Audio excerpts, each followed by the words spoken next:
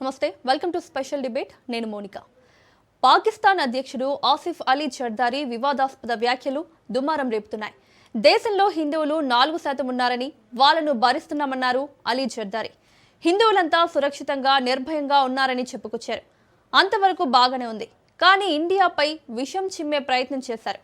భారతీయులు అఖండ భారత్ గురించి ఆలోచిస్తుంటారని ఆక్షేపించారు. పాకిస్తాన్ స్వాతంత్ర దినోత్సవం సందర్భంగా జర్దారీ చేసిన కామెంట్లపై విమర్శల జడివాన కురుస్తోంది.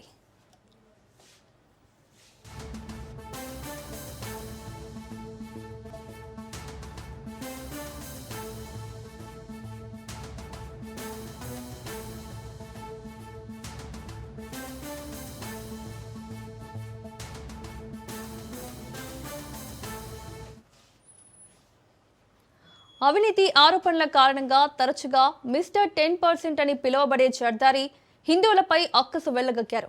తమ రాజ్యాంగం ప్రజల హక్కులను పరిరక్షిస్తుందని ఆయన పదే పదే చెబుతుంటారు. అలాంటిది సహించడం అనే పదాన్ని జర్దారీ ఎంచుకోవడం ఆశ్చర్యకరంగా ఉంది. వాస్తవానికి 2023 పాక్ జనాభా లెక్కల ప్రకారం అక్కడ 52 లక్షల హిందూ జనాభా ఉంది. అంటే దేశ జనాభాలో 2.17%.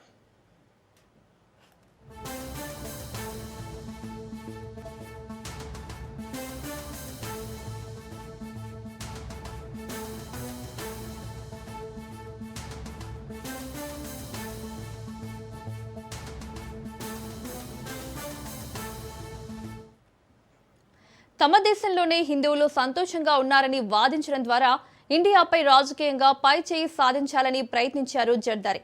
గతంలో కూడా ఆయన భారతీయ ముస్లింల పరిస్థితిపై ఆందోళన వ్యక్తం చేస్తూ ట్వీట్లు చేశారు. అప్పుడు భారత విదేశాంగ శాఖ గట్టిగానే కౌంటర్ ఇచ్చింది. ముందు మీ దేశంలో మైనార్టీల హక్కులను కాపాడండి అంటూ ఎంఈఏ హితవు పలికింది. పాకిస్తాన్లో వేధింపులు హిందువులకే పరిమితం కాలేదు. క్రైస్తవులు, అహ్మదీయా ముస్లింలు కూడా దాడులను ఎదుర్కొన్నారు.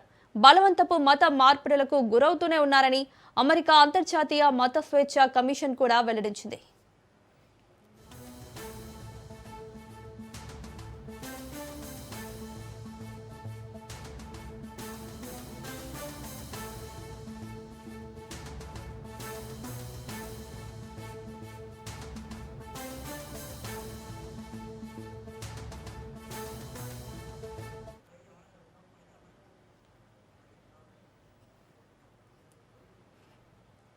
ఇక భారతీయులు అఖండ భారత్ అనే ఎజెండాతోనే ఆలోచిస్తున్నారనే ఆందోళన జర్దారీలో స్పష్టంగా కనిపిస్తుంది.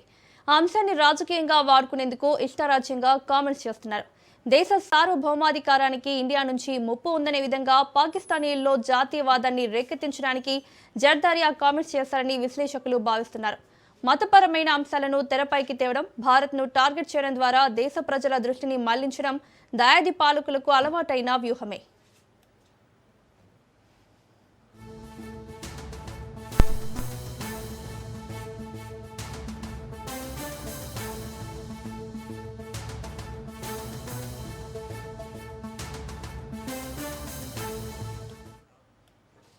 ఇప్పటికే పాకిస్తాన్ తీవ్ర ఆర్థిక సంక్షోభంలో కొట్టుమిట్టాడుతోంది. అక్కడి శక్తివంతమైన సైనిక నాయకత్వం నుంచి జర్దారీ అధ్యక్ష పదవికి అంతర్గతంగా సవాళ్లు ఎదురవుతున్నాయి. అందుకే స్వాతంత్ర దినోత్సవాన్ని వేదికగా చేసుకుని కన్నింగ్ కామెంట్లు చేశారనే వాదనలు వినిపిస్తున్నాయి.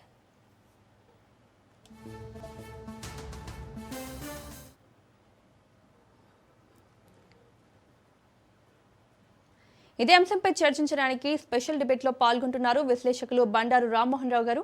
నమస్తే సార్. సార్, పాకిస్తాన్ స్వాతంత్ర దినోత్సవం సందర్భంగా పాకిస్తాన్ అధ్యక్షుడు ఆసిఫ్ జర్దార్ అలీ ఈయన తమ దేశంలో 4% హిందువులు ఉన్నారు, వారందరినీ మేము భరిస్తున్నాం, సహిస్తున్నాం అనే వ్యాఖ్యలు చేశారు. అంటే ఒక దేశ అధ్యక్షుడు మైనార్టీల గురించి మాట్లాడేటప్పుడు ఈ భరిస్తున్నాం, సహిస్తున్నాం అనే వ్యాఖ్యలు చేయడం ఎంతవరకు సమంజసం? పూర్తిగా దుర్మార్గం. ఎందుకంటే పాకిస్తాన్ పాలకులు ఎవరైనా సరే వాళ్ళ పదవికి ఏదైనా తరుణ వస్తున్న ప్రతిసారి కూడా హిందూ మతం మీద, అట్లాంటి ముఖ్యంగా భారతదేశం మీద నిప్పులు తిరగడం చాలా చూస్తున్నాం. అంటే అపాండాలు వేయడం, అనవసరం మాట్లాడడం చూస్తుంటాం. అంటే భారతదేశాన్ని శత్రువుగా చూపించుకుంటూ వాళ్ళ దుర్మార్గాన్ని కప్పించుకోవడానికి, అక్కడ ప్రజల్లో తమ దుర్మార్గాన్ని కప్పించుకోవడానికి వాళ్ళు మతాన్ని వాడుకుంటారు. తమ మతస్థులు శాంతపరచుకోవడానికి ఇస్తున్నారు. తెలుగు పట్ల మొదటి ఈయనైతే రెండోసారి అధ్యక్షుడు 2011 నుంచి 18 దాకా వస్తున్నాడు. రెండోసారి కొన్ని ఇవ్వడానికి పూర్తి కాలం పదవి చేసిన అని. ఒకటి చెప్పాలంటే అసలు మొదటి అబద్ధం ఏంటంటే నేను ఇంతకు చెప్పినట్టు 52 లక్షల మంది మాత్రమే ఉన్నారు. నిజంగా స్వాతంత్రానికి పూర్వం చూసుకుంటే బంగ్లాదేశ్ ఏర్పడక ముందు ఉమ్మడి పాకిస్తాన్ దేశం అటు పక్కన ఇటు పక్క భారతదేశం విడిపోయినప్పుడు చూసుకుంటే మనకు పూర్వ పాకిస్తాన్ కంటే పశ్చిమ పాకిస్తాన్ చాలా తక్కువ మంది ఉంటారు.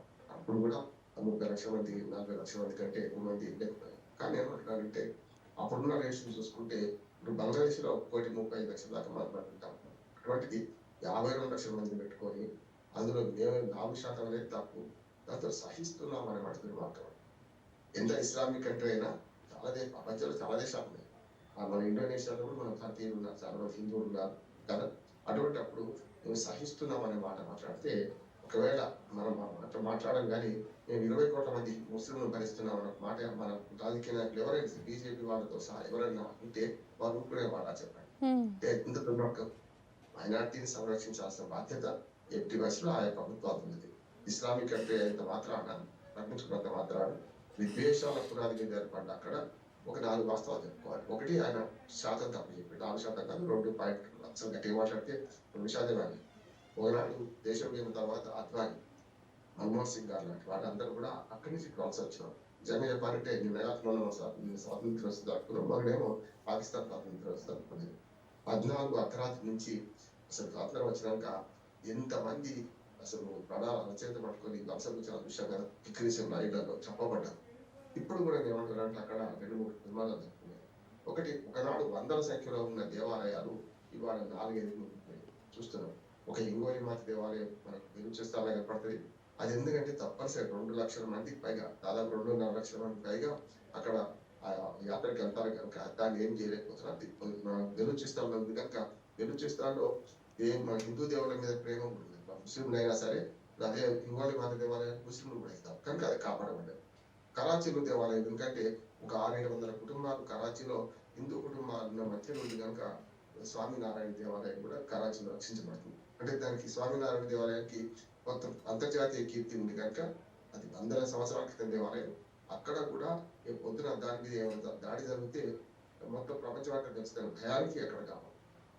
ఈ మిగతా దేవాలయం సంగతి చూసుకోండి, ఒక 5-6 దేవాలయాలు తప్ప ఆ మిగతా పాకిస్తాన్లోని వందల దేవాలయం ధ్వంసం చేసి దాని మసీదులుగా మార్చేది కాదు. అంతేందుకు కరాచీలోని ఇప్పుడు ముందుగా మన స్వామినారాయణ దేవాలయం పక్కనే ఉందని వాళ్ళు ధర్మశాల అంటే ఆ ధర్మశాలను వీళ్ళు మన జిల్లా ప్రభుత్వ అధికారుల కార్యాలయాన్ని మార్చిపడేసింది దుర్మార్గం కాదు. అంటే గురువింద దగ్గర తాము నలభై గారు అన్నట్టు పైగా భారతదేశం మీద ఆరోపణ చేస్తున్నారు. అఖండ భారత కోరుకున్నారు.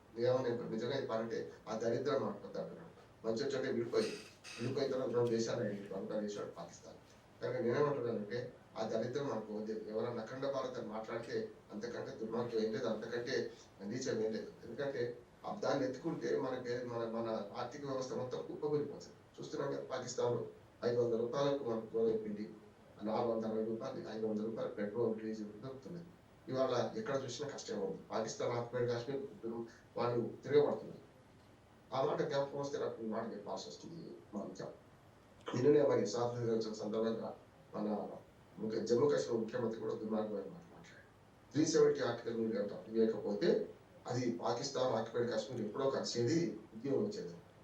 మరి మీ తాతగారే కదా ప్రధానమంత్రిగా ఉన్నారు షేక్ అబ్దుల్లా గారు, మరి అప్పుడే ఎందుకు కలుపుకోలేదు?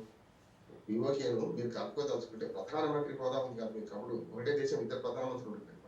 జమ్మూ కాశ్మీర్ ప్రధానమంత్రి, ఇండియాకు ప్రధానమంత్రి.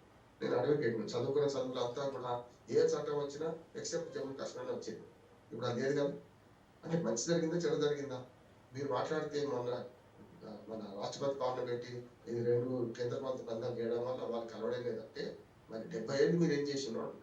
మొన్ననే కదా 2వసారి బీజేపీ అధికారం ఇచ్చిన 370 ఆర్టికల్ రద్దు అయింది. అంటే జమ్మూ కాశ్మీర్ ముఖ్యమంత్రులు అదే మాట్లాడతారు. దాని కొత్త స్వామి వాటి పక్కన పాకిస్తాన్ అధ్యక్షులు కానీ మన ప్రధానమంత్రి కానీ సైన్యాధ్యక్షులు అదే మాట్లాడతారు. ఎందుకని కలుపుకోదలుచుకుంటే పీఓకే ఎన్నడైనా సరే మనం కలుపుకోవాల్సిందే. కానీ పాకిస్తాన్ అనే దరిద్ర దేశాన్ని కలుపుకుంటే కూడా మనకే నష్టం. మనకు ఊరకంగా చెప్పాలంటే అది మనకు ఆర్థిక వ్యవస్థ మొత్తం దెబ్బతీస్తారు. అదే జవాబారి వ్యాఖ్యలు మన భారతదేశం కొద్దిగా ఖండించాలి. మైనార్టీ పత్రిక సహనం లేకపోతే ఏమైందని అడగాలి. ఎంతో వేల లక్షలాది మంది అక్కడి నుంచి తరలిచ్చింది మన దేశానికి పట్ట చెదలు పట్టుకొని పిల్ల పాప కట్టుకొని స్వాతంత్రం వచ్చిన తర్వాత. ఆ విషయాలను తెలుసుకుంటే గాంధీ మహాత్ముడే మనకు మంచి ఉదాహరణ. స్వాతంత్రం వస్తే సంబరాల్లో పాల్గొనే గాంధీ మన కలకత్తాలోని ముస్లిం ప్రాంతాల్లో ఈ పక్క అటు పక్క పశ్చిమ బెంగాల్ నుంచి అటు మన అప్పటి తూర్పు పాకిస్తాన్ నుంచి వాసులు నుంచి హిందువులు వాసులు వచ్చారు. ఇప్పుడు కూడా ఇంకా ఉన్నంతలోకి వచ్చిన న్యాయం ఏంటంటే బంగ్లాదేశ్ లో హిందువులు ఉన్నారు. ఇక్కడ సమస్య లేదు. ఇంకొక మాట చెప్పాలి మనకి, పాకిస్తాన్ లో ఇవాళ మెల్లకి హిందూ జనాభా తక్కువైంది. దానికి కారణం ఏంటంటే హిందువులు ఉన్న దగ్గర చూసుకుంటే ముస్లింలు అరాచకమైపోయినట్టే అందమైన ఆడపిల్ల కనిపిస్తే నేను బట్టి చెప్తాను, రికార్డుతో సహా చెప్తున్నాను. ఎత్తుకొని పోయి రాత్రి 6 బయట పడుకుంటే మంచం ఎత్తుకొని పోయి రేపటి చేసిన సందర్భాలు చూస్తున్నాం. ఇంకొంచెం విషాదకరం చెప్పడానికి విషయాలు వస్తాయి. కానీ ఆ తర్వాత వీళ్ళు పోయి సమర్థింపు చేసి అయితే ఏంటి మా పిల్లలు మాకు అప్పచెప్పంటే చిత్రహింస పెట్టి అప్పచెప్పే సందర్భాలు చూస్తున్నాం.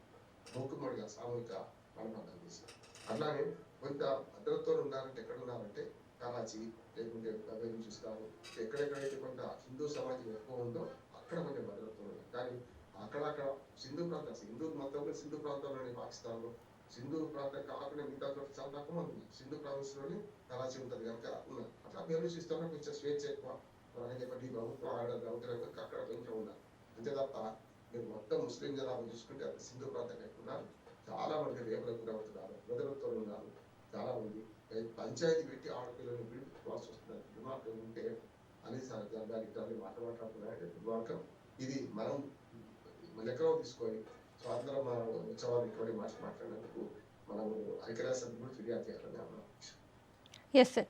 సో తీవ్రమైన ఆర్థిక సంక్షోభం, ద్రవ్యోల్బణం, రాజకీయ ఒత్తిళ్ల మధ్య ఈ అలీ జర్దారీ ఇలాంటి వ్యాఖ్యలు చేశారనుకోవచ్చా సార్? ఖచ్చితంగా నేను పాలకులు ఎప్పుడు కూడా అలీ జర్దారీ కనీసం 2013 నుంచి 18 దాకా ఒకసారి గుంటాయి చేసిండు. ఇప్పుడు రెండోసారి ఎన్నికయ్యారు. ప్రధానమంత్రులు కానీ సైన్యాధ్యక్షులు కానీ 5 ఏళ్ళు ఎవ్వరు ఉండలేదు. ప్రధానమంత్రికి అయితే 5 ఏళ్ళు పూర్తి చేసిన వాడు మొదటి లియాఖత్ అలీ ఖాన్ నుంచి మొదటి ఇప్పటిదాకా ఒక్కడు కూడా ఆ ప్రధానమంత్రిగా పూర్తి స్థాయి చేయలేదు. ఎవరు కూడా అధ్యక్షులు కూడా అంతే చాలా ఈగ తప్ప. అటువంటిప్పుడు అభద్రతా భావంతో ఉన్నారు. నిజంగా పాకిస్తాన్ పాలకులు ఎట్లా ఉందంటే ప్రజలనుకునే పాలకులేమో వాళ్ళ చేతిలో లేరు, ఎవరి చేతిలో ఉంటారు ప్రధానమంత్రి. అందుకని ఆసిఫ్ మునీర్కు ఆతిథ్యం ఇచ్చేందుకు అమెరికా అధ్యక్షుడు. ప్రధానమంత్రి షెహబాజ్ షరీఫ్ని పట్టించుకునే దాఖలు లేవు. తర్వాత ఇద్దరు కలిసి ఇచ్చారు. షెహబాజ్ షరీఫ్ లాంటి కానీ అంతకుముందున్న ప్రధానులు కానీ సైన్యం చేతిలో ఉంటారు. మరి సైన్యం ఏం చేతిలో ఉంటుంది? తీవ్రవాదం చేతిలో ఉంటుంది. అంతే కదా, మనకి తీవ్రవాదులు ఎట్లా చెప్తే సైన్యం అట్లా నడుచుకుంటుంది, సైన్యం ఎట్లా చెప్తే అట్లా మనకు ప్రభుత్వాలు పనిచేస్తాయి. వాళ్ళ కొత్త కూడా కాదు. సైన్యం నుంచి వచ్చిన ప్రధాని కూడా వాళ్ళు ఏం చేయలేదు. ఉదాహరణ ముషరఫ్ ఉండే గతంలో. ముషరఫ్ సైన్యంలో సైన్యాధ్యక్షుడు ఉంటే తిరుగుబాటు చేసి గుట్టోలు పక్కన పెట్టి వచ్చింది. వస్తే ఏమైంది? ఆయనను కూడా పదవిచ్యుతం చేసింది కదా. అంటే తీవ్రవాదులు భారత అనుకూల విధానాలు ఎవరన్నా ప్రధానమంత్రి పొరపాటుగా పాటిస్తే ముషరఫ్ వచ్చినప్పుడే కదా మనం లాహోర్ నుంచి పసరవుతున్నాం. అంతేందుకు మొరడిగా ఉన్నాం. ఆయన చనిపోయిన పుకారు వచ్చింది, చనిపోయి బాగానే ఉన్నాడు. ఆయన జైల్లో ఉన్నాడు, చీకట్లో ఉన్నాడు. ఎవరు? మనకు ఇమ్రాన్ ఖాన్. స్పోర్టివ్ స్పిరిట్ తో భారత్ పాకిస్తాన్ సంబంధాల గురించి మెరుగుపడతాం అనుకున్నాడు. ఆయన కూడా కట్టర్ ముస్లిం కావచ్చు, కానీ స్పోర్టివ్ స్పిరిట్ తో ప్రయత్నం చేస్తే ఆయన చేసి జైల్లో పడేసింది కదా. చూసినాం కదా మనం.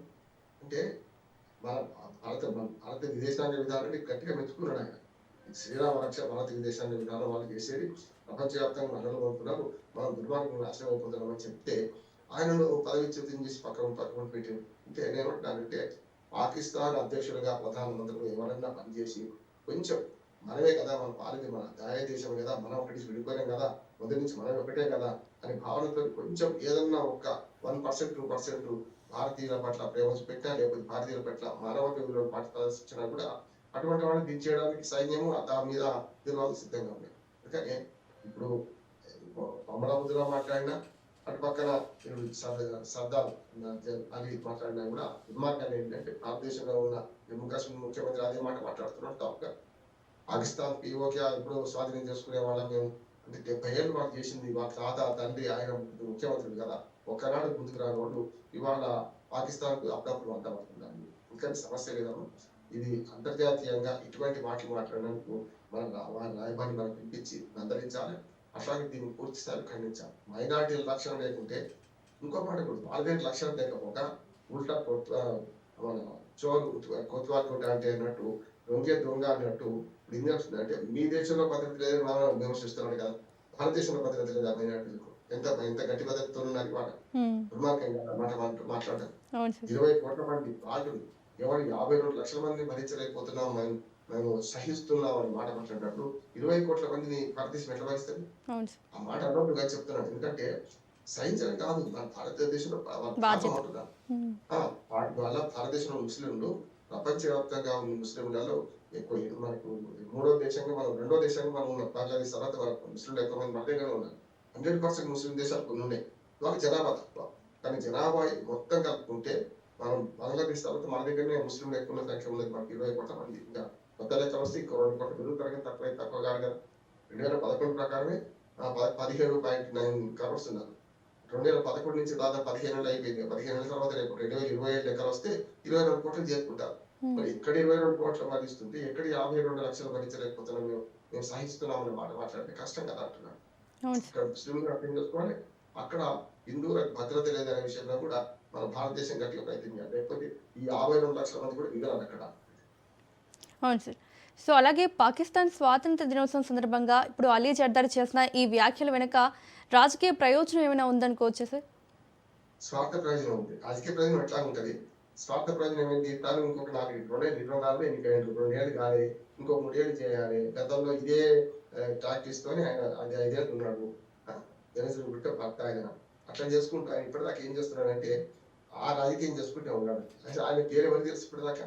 అయితే అందరికంటే పాకిస్తాన్ లో ఈ మధ్య తెలిసిన పేరు అంటే ఆసిఫ్ మునీర్. ఎందుకంటే అమెరికా అధ్యక్షుడు హిందీ ఇవ్వడము, మొన్న అమెరికా ఇరాన్ యుద్ధంలో మధ్యవర్తిత్వం నేర్పడానికి పాకిస్తాన్ ముందుకు వచ్చినప్పుడు ఈయన ఎక్కడున్నాడు? అందుకని ఏదో ఉప్పుల గోవిందలా ఉండేవాడు. అటువంటిది ఇప్పుడు ఇటువంటి వ్యాఖ్యలు చేస్తే ప్రపంచ దృష్టిని ఆకర్షిస్తారు కదా. అట్లాగే మీరు అన్నట్టు రాజకీయ ప్రయోజనం కూడా ఆయన మిగతా 3 ఏళ్ళు ఆయన అధికారంలో ఉండాలంటే ఇట్లాంటి మాటలు మాట్లాడితే సైన్యం కానీ తీవ్రవాదులు కానీ హర్షిస్తారు కదా. వాళ్ళ ఉద్దేశం అంతా ఏంటంటే పాకిస్తాన్ లో దుర్మార్గమైన తీవ్రవాద సంస్థలను సంతోషపెడతారు, వాళ్ళ కళ్ళల్లో ఆనందం చూస్తారు, అప్పుడు మాత్రమే వీళ్ళు పాలకులు ఉండాలంటారు.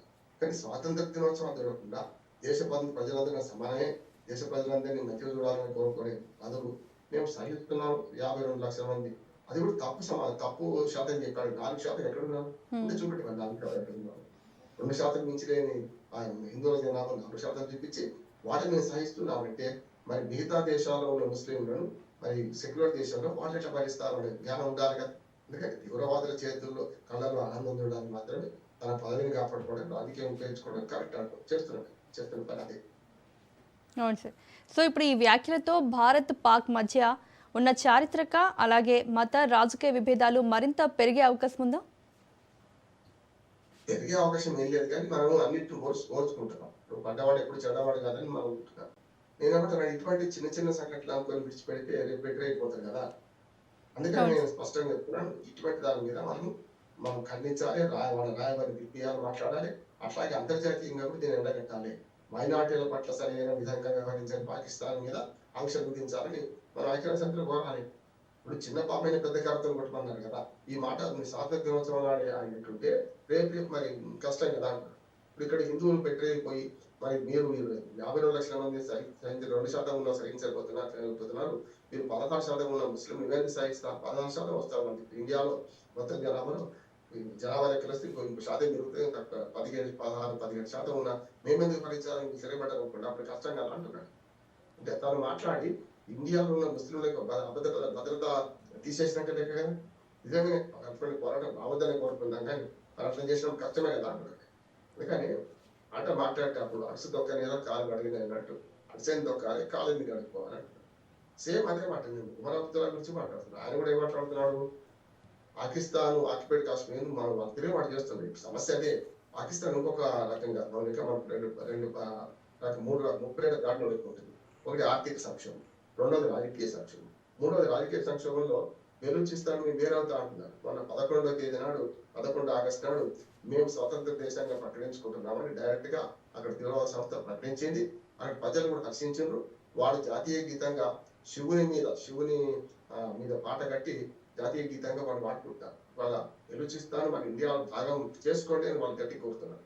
అటువంటి అవకాశమే కనుక పాకిస్తాన్కి వస్తే ఊరుకునే వాళ్ళం. జమ్మూ కాశ్మీర్ గురించి నిన్న కూడా వాకి జవాబులు మాట్లాడాడు. అది జరుగుతాయి. అదే అంటున్నాను, ఇండియాలో ప్రజలు ఎవరైనా కలవాలని కలుస్తా అనుకుంటే కలుపుకునే వాళ్ళు. బెలూచిస్తాన్ విషయంలో మనం రాజకీయం చేయడం లేదు, కానీ బెలూచిస్తాన్ కనుక కలుసుకుంటే మనం కొంత ప్రయత్నం చేస్తే వాళ్ళు స్వతంత్ర దేశంగా ప్రకటించుకుంటారు. తర్వాత కావడం తర్వాత అట్లాగే మన సింధు ప్రాంతము, మన పట్లుస్తాన్ ప్రాంతాల్లో చూసుకుంటే అటు పక్కన ఆఫ్ఘనిస్తాన్ పక్కన ఉన్న వాళ్ళు మేము విడిపోతామంటారు. ఇక పిఓకే సంగతి సరే సరే వాళ్ళు నిరసన చేస్తున్నారు. మా మొత్తం ఇద్దరు వాళ్ళు మీరు వాడుకుంటారు విద్యుత్ ఏమో మా కొరత, మీకు మొత్తం ఉత్పత్తి అంతా అక్కడైతే కాకుండా జరుగుతుంది. మీరు విద్యుత్తును మొత్తం దేశం అంతా వాడుకుంటారు, మా సంగతి ఏంటని వాళ్ళు అడుగుతున్నారు. కనుక పాకిస్తాన్ పాలకుల సంగతి ముగ్గురికి ముగ్గురే. అటు పక్కన అధ్యక్షుడు అట్లా ఉన్నారు, ఇప్పుడు అలీ జర్దారి. అట్లాగే మన పాకిస్తాన్ మన ప్రధానమంత్రి అట్లా ఉన్నాడు, షహబాజ్ షరీఫ్. అట్లాగే ఆసిఫ్ మునీర్ సైన్య అధ్యక్షుడు అట్లా ఉన్నారు, ముగ్గురే. కనుక మనం కొంత ఖచ్చితంగా ఇటువంటి దాన్ని నిరసన వ్యక్తం చేయకపోతే అలవాటు అయిపోతే వాళ్ళకంటే. ఓకే సార్, ఒక చిన్న బ్రేక్ తీసుకుందాం సార్. బ్రేక్ తర్వాత డిబేట్ కంటిన్యూ చేద్దాం. స్పెషల్ డిబేట్లో షార్ట్ బ్రేక్. సార్, పాకిస్తాన్లో అసలు హిందువుల జనాభా ఉన్నదైతే 2%, కానీ 4% అని అబద్ధాలు చెప్తున్నారు పాక్ అధ్యక్షుడు అలీ జర్దారి. అలాగే ఒకవేళ 4% ఉన్నారని మనం అనుకున్నప్పటికీ కూడా ఆ 4% ఉన్న హిందువులకి విద్య, ఉద్యోగం, అలాగే మత స్వేచ్ఛ కావచ్చు, రాజకీయ ప్రాతినిధ్యం కావచ్చు, ఇవి ఎలా ఉన్నాయి? నిజంగానే అక్కడ ఉన్న హిందువులు హ్యాపీగా ఉన్నారనుకోవచ్చా సార్? ఒకటి శాతం తప్ప ఒప్పుకో మీరు అన్నట్టు అనుకుందాం, కానీ వాళ్ళు చెప్తున్న పని ఏంటంటే పాకి పనిక. నేను అదే చూస్తున్నాను, పాకి పనిక లేకపోతే రెండవ తరగతి పౌరులుగా వాళ్ళు తలెత్తుకునే పరిస్థితుల్లో చాలా దుర్మార్గమైన స్థితిలో ఉన్నారు. ఎక్కడ గౌరవ ప్రభుత్వం లేదు. రాజకీయ శాతం 1% కూడా, రాజకీయంగా కూడా 1% కూడా వాళ్ళు భరించరు. పార్లమెంట్లో కానీ ఇక్కడ కానీ వాళ్ళకి 1% కూడా ఇక్కడ బాధ్యత ఏంటి. అందుకని ఏమంటున్నానంటే మొత్తం చూస్తే అనగారిన వర్గాల కింద ఉన్న వాళ్ళందరూ కూడా ఏదో కొన్ని వృత్తులు చేసుకుంటారు. వాళ్ళందరూ కూడా మేము మా సామాజిక పరిస్థితి చూసుకుంటామా, కరాచీలో 500-600 కుటుంబాలు సేమ్ స్వామినారాయణ టెంపుల్ చుట్టూ ఉంటారు. వాళ్ళు ఏం చేసుకుంటారు అంటే చిన్న చిన్న పనులు చేసుకుంటారు. వలస కూలీలోకి పోతుంది, వ్యవసాయ పనులు చేసుకుంటున్నారు. ఊరిలో పోయి వెట్టి చాకరికి కూడా గురవుతున్నారు. చాలా వరకు చూస్తే వాళ్ళ పరిస్థితి ఏంటంటే ఏదన్నా ఒక సంవత్సరానికి ఇంత ఇస్తా అని చెప్పి అడ్వాన్స్ ఇస్తే ఇక మరి వెట్టి చాకరి వాళ్ళ దగ్గర పనిచేసేవాళ్ళు చాలా మంది ఎక్కువ.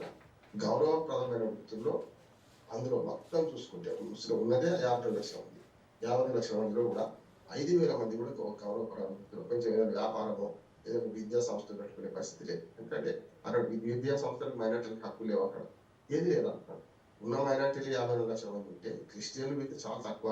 కనుక మన వాళ్ళు ఎక్కడ హిందువులు ఎక్కడ కూడా వాళ్ళు భారతీయులుగా హిందువులుగా ఎవరైనా వాళ్ళు ఎట్టి పరిస్థితులలో గౌరవప్రదమైన లేరు అంటారు. రాజకీయాల్లో